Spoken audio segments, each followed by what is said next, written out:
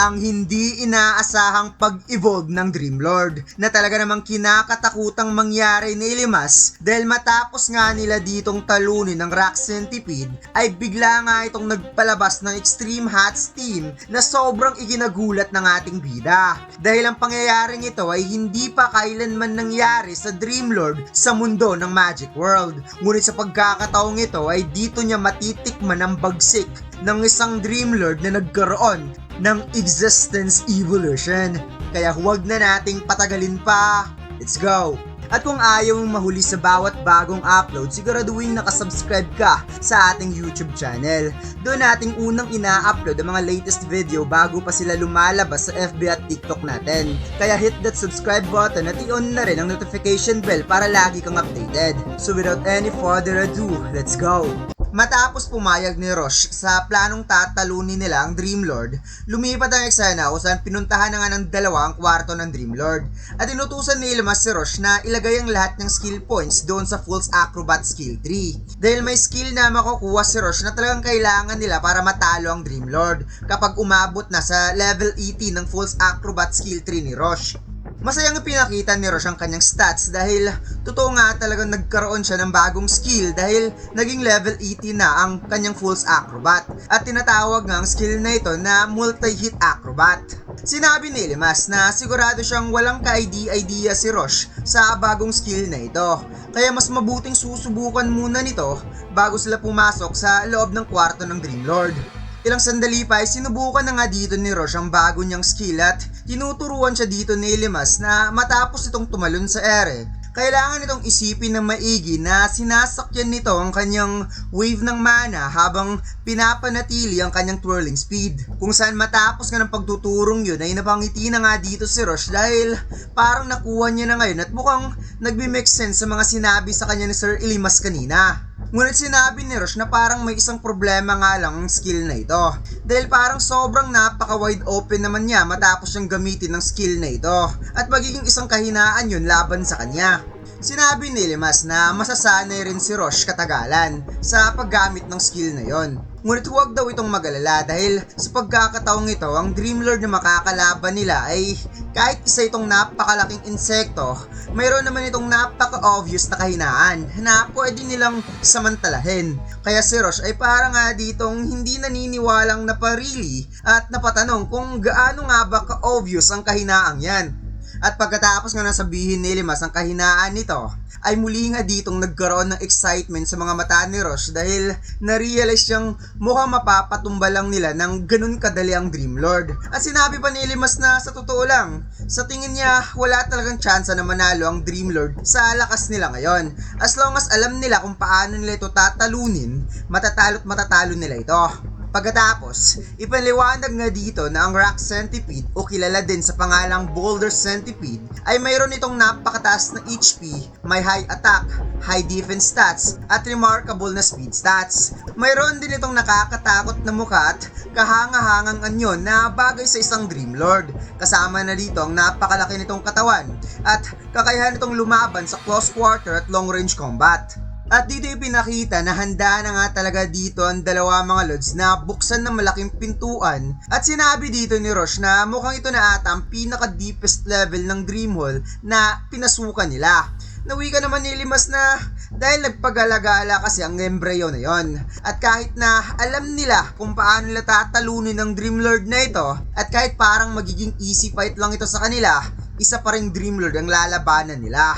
Kaya dapat siguraduhin nakafocus sila sa laban at hindi ibaba ang depensa. Napag-aarat naman si Roche habang si Ilimas naman ay dahan-dahang binuksan ng malaking pintuan at si Roche na nasa likod ay napalunok na lamang ng laway habang minamasdan si Ilimas. Tuluyang nabuksan ng ating bida ang malaking pintuan at makikita sa mukha ni Ilimas na talagang nakafocus ang isipan ng ating bida, ngunit nagulat nga dito si Roche sa kanyang nakita to the point na napatulala na lamang siya dahil ang lugar na ito ay napaka-unusual dahil bukod sa napuno ito ng kakaibang mga bato, mayroon itong waterfalls at river na may napakalinaw na tubig. Kaya napatanong na lamang si Roche sa kanyang sarili kung pinaglalaruan ba siya ng imahinasyon niya. Ngunit sinabi ng ating bida na mukhang wala na silang panahon para pag-usapan ng lugar na ito. Dahil nakita na nga dito ni Ilmas mga lods ang halimaw na nagtatago lang pala sa itaas at mukhang hinihintay lang silang pumasok sa kwarto niya. Agad na bumaba ang napakalaking alupihan sa harapan nila at sa sobrang laki nito ay talagang nag-splash ang tubig at sinabi ni Limas na ang Dreamlord ay kanina pang naghihintay para sila ay salubungin. Nakita ni Limas na ang Dreamlord ay nasa level 60 at mayroon itong HP na 156 at mana points na 71. Kaya napangiti na lamang si Limas na sinabing mukhang kailangan talaga nilang durugin ang insektong ito upang makuha nila ang napakalaking XP at ang napakagandang item para makalabas na sila kaagad at makabalik na ulit sa town ng Lacorina.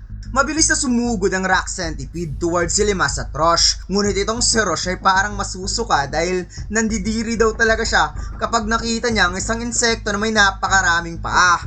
Nagawang maiwasan ni Limas ang atake ng Dreamlord at makikita ang napakalaking damage na nilika ng centipede mga lods na talaga namang wasak ang mga batong tinamaan nito. Kaya sinabi ni Limas na kung natamaan sila sa ataking yon, siguradong tapos na kagad sila. Hinandaan ni Limas ang kanyang shield at sinabing, Rosh, gagawin natin kung ano ang pinagpraktisan natin kanina. Kung saan agad nga ditong tumalon si Rosh at pumatong sa shield ni Limas at ginamit ng ating bida ang kanyang shield bash upang makatalon ng sobrang taas si Rosh papunta doon sa likod ng Dreamlord.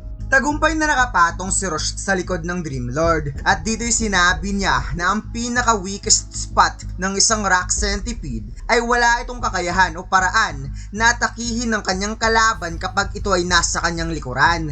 Bigla nga ditong napansin ng rock centipede na may kalabang pumatong sa likuran niya.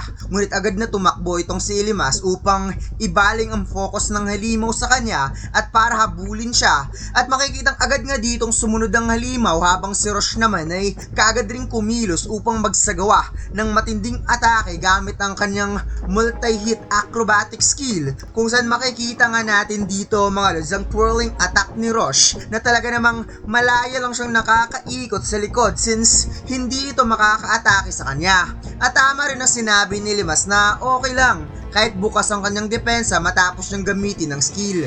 Napasigaw na lamang ang Dreamlord habang iniinda ang ataking ginawa ni Rosh at kasabay nito ay gumawa ito ng isang magic spell sa ere kung saan gumamit ito ng skill na tinatawag na Rocket Burst na makikitang nagpalabas ito ng napakaraming bato mula sa tatlong magic circle na nilikha niya sa ere upang patamaan si Limas. Ngunit ginamit lang ng ating bida ang kanyang Demon's Ray Shield para i-counter defense ang ataking ito. At muli na namang napasigaw si Limas kay Rosh ng isa pa na agad namang nakuha ni Rosh ang go signal na ito kung kaya't muli nga siya ditong umikot gamit ang kanyang skill na multi-hit acrobats at ilang sandali lang ay naubos kaagad ang health points ng Dreamlord.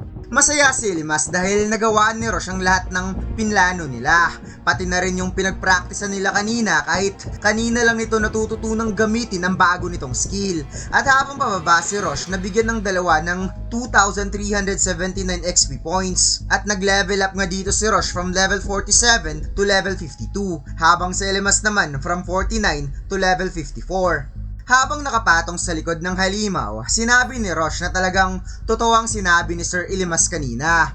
Dahil sa nag-level up na sila, masasabi niyang mas nahihirapan sila sa Mitchell Golem na nakalaban nila kaysa sa mismong Dreamlord. Ngunit sinabi ni Ilimas na mas mabuting bumaba na kagad si Rosh dyan bago pa ito masaktan. Biglang napa-ouch si Rosh at may inilabas nga ditong napakainit na steam na nagmula sa katawan ng Dreamlord na talagang nagpaaray kay Rosh dahil sobrang init nito. Habang si Limas naman ay nagtataka kung bakit nagkaganon dahil hindi naman nagre-release ng matinding init ang rock centipede matapos itong matalo at hindi to kailanman nangyari sa Magic World. Ngunit baka dahil daw sa physical law kaya ito nangyayari. Nagkaroon ng trigger na dito lang nangyayari sa mundong ito. At dito'y may biglang na-realize si Limas na mukhang agad niyang sinabihan si Rosh na umalis na kagad sa likod ng Dreamlord dahil ang halimaw na yan ay hindi papatay. Kaya napawat na lamang si Rosh at sinabing bababa na kaagad siya. Ngunit bago pa siya nakababa, nagpalabas ito ng napakalakas na steam na talaga namang napakainit to the point na tumalsik si Rosh na wala sa oras. Sinabi ni Ilimas na ang isang monster kapag natatalo at nagpalabas ng Extreme Hot Steam ay isang phenomena na nag-exist rin sa mundo ng Magic World. Subalit hindi pa ito kailanman nangyari sa isang Dream Lord. Kaya sinalo nga dito ni Ilimas si Rosh habang ang Rock Centipede ay unti-unti na nga ditong muling nagpakita at si Ilimas naman ay pinagpapawisang napatanong sa sarili kung talaga bang may ganoong pangyayari na ang isang Dream Lord ay magkakaroon ng isang phenomenang tinatawag na existence evolution. At dito lang nagtatapos ang chapter na ito mga lods. Huwag mo sana kalimutan mag-like, comment at mag-subscribe sa ating YouTube channel at mag-follow sa ating Facebook page. Salamat!